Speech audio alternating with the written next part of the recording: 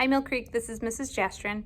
I'm here to talk to you about plate tectonics objective number 3, and specifically we're going to do a before, during, and after reading strategy in order to take our notes and to activate our prior knowledge and help us to key in and comprehend on the reading that we're going to use today. So today, if you look underneath this video, you will find within the resources a few different resources that you can follow along with. The first one that we're going to do is drifting continents. So we're going to read that together, and as we're reading, I'm also going to take some notes using the plan method. So P stands for predict, L stands for locate, A stands for add, and N stands for notes.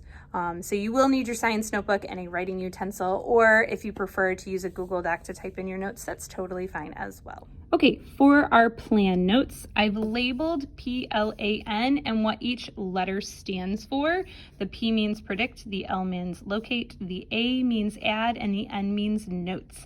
I've also color coded it because as I go through my notes, each color represents something. So you don't have to pick the same colors as me, but try to pick make sure that all of your predictions are in the same color. All of your locating items are in the same color. All of your added items are in the same color, and all of your notes are in the same color, just to stick with that plan. And it helps organize, even if you're adding color does help you to remember things, but having it organized really helps you to key in on things. I've also labeled it plate tectonics objective 3, and I labeled it drifting continents because that is the reading that we are going to use today in order to take our notes.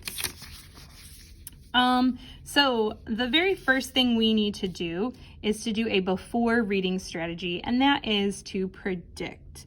So I'm going to use some of my nonfiction text features that I know about in order to predict this reading. So I can key in on different images and kind of look over the captions that are in them, right? We've got a world map down here. I can also key into, there's like bolded terms in here, so I know that those might be key terms. So continental drift, what do I know about that already?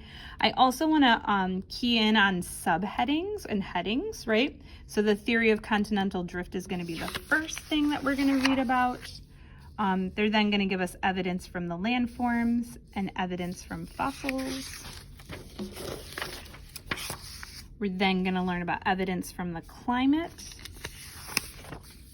And then we're going to talk about why scientists reject Wegener's theory. And then there's also really great review questions at the end that you can refer back to as well. Okay? So because of this, what I'm going to do is I'm going to set up my predict, and any of the blue areas is what I am predicting right now. So I just took the headings throughout this chapter, and I wrote them in boxes to help organize. So the theory of continental drift was the very first heading, and then gave us 3 different pieces of evidence for this theory. So I left some space, leave some space for you to write.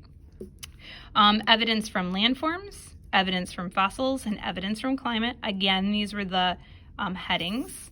And then last but not least, scientists reject Wegener's theory. I also left myself a space for notes at the very end, okay? So that's kind of how your notes will end up looking, all right? Feel free to pause throughout if you want to stop the video and take notes, just to have some more time to take notes. The next pre-reading strategy that we're going to do is locate. We're going to kind of locate some of the information that we already know. So I'm going to give a check mark and a question mark next to anything to help activate some prior knowledge and kind of understand where we might have some gaps so that we can key in when we are especially reading. So the theory of continental drift, I might have been using plate tectonics now for a while. It really does connect with a lot of the information on Earth materials and systems. So you might have an idea already on the theory of continental drifts. Like you might have an idea of what Pangea is and that the continents fit together like puzzle pieces, things like that, right? So if you know information about that, you can give yourself a check mark. If you're unsure of what the theory of continental drift is, give yourself a question mark.